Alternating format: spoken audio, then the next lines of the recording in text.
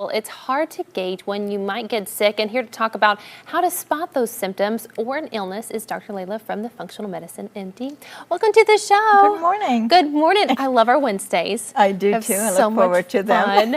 Now we're talking about a specific thing that everyone can really, I guess, commune on. I'm talking about a specific thing everybody does. Yes, yeah, we're going to talk about poop today. There we go. That's a great way to start your Wednesday. And gut health is so important, and I think it's one of those things we always bypass. Yeah, because we don't think that those symptoms are real, especially gut symptoms go on for years. You know, they may start in childhood, they may get a little better, then they come back during college, then they get better, then you have another stressful event and they come back. Yeah, so no, we don't think that it's serious. But what is actually a normal bowel movement? It should look like a snake. And people should be pooping every day. You can't imagine how many people tell me, I go every other day or every third day, but people should go every day. That's our normal mechanism of excretion. This is how we get rid of bad things from our body. Right. So once or twice a day. So what's not normal, Amber?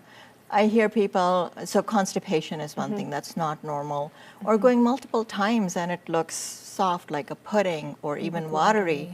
Or if there's any blood or mucus in there, or if there's food particles, like sometimes you can see blueberries in there. Exactly. That's not normal. Corn it doesn't ever go away.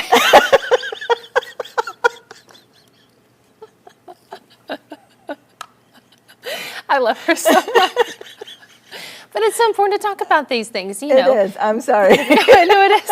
Yeah, it's so important to talk about these things because it's something we all do and we don't like to talk about. You know, we pretend we don't do it. Well, that's why we don't go to the doctor for it, Absolutely. right? Because we think it's just normal. Or often people will say, I get a food baby every time I eat something.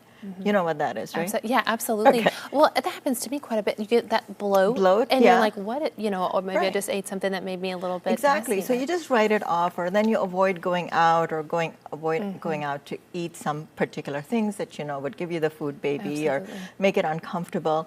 I have people that tell me I get nauseous, that I throw up after certain meals, or even like every time I eat I get cramps, and then it goes away, so it's fine. So just because it goes away, it's not fine. Like you should not have bloating or gas, or you should have normal, you know, it shouldn't be an uncomfortable event every day. Absolutely. And you were talking to me a little bit about leaky gut. What exactly is that? As everybody, I mean, it's such a common word, it's now become one of those buzzwords, like leaky gut. So what it is, so the intestine is lined with a one-cell lining. We call it the endothelial lining. And so think of it as bricks held together with mortar. Oh, interesting. Okay. And I describe the gut as the sewer system in the house. So for example, you know, when you flush your toilet, it goes to a main sewer pipe somewhere under the ground. So same thing with the gut. Things go in, process, and out. There's no chicken and rice in the blood, right? It's a sealed tube unto itself. Interesting. But things can break down that mortar, that what we call tight junctions. It's what's holding the cells together that makes the impermeable lining. What can break that down? Many things. So I have people that are born with colic, so they came in with a gut weakness. Wow. I've had young kids that were on multiple antibiotics growing up, or teenagers took prolonged antibiotics for acne or asthma. They got a lot of steroids or birth control or smoking, drinking, drugs. But one thing that people don't think about is abuse. Wow. Childhood abuse is very closely related to gut issues. Absolutely. Well, I cannot wait to discuss this further and learn more about our gut and how it connects to our entire body. Back with Dr. Lela, and we're talking all about leaky gut at the moment and moving forward to how do you test for something like that? For leaky gut, let me just go back a little bit and finish. So we were talking about things that can cause it. So most medications, smoking, drinking, and abuse. Wow. So why is it important? Because when you eat something, it's no longer a sealed tube if the mortar is breaking down. So you may have the healthiest diet of baked organic chicken and steamed broccoli, but partially digested food particles are going to leak into the circulation. Wow. And then that's going to trigger the immune system because that's a foreigner now in the system. And that's where all the problems start. You have now inflammation, generalized inflammation. Also, if the bacteria are largely in the large colon. So most people have heard of the microbiome. The gut microbiome is a big thing now. Everybody's on probiotics.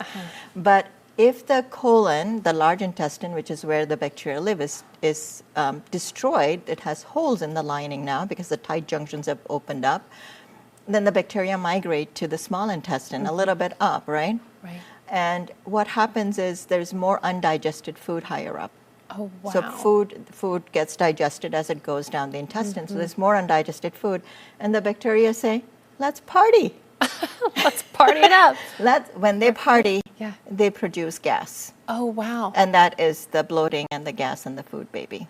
Oh, that is so So then if you're interesting. adding probiotics, you have leaky gut and you're adding probiotics, you're actually creating more problems. So that is not good bacteria. That needs to be killed, treated with antibiotics or herbs. Yeah, we don't need to add to that part. We need to cut it off. Yeah, exactly. Yeah, so Send the very opposite. often the two go together.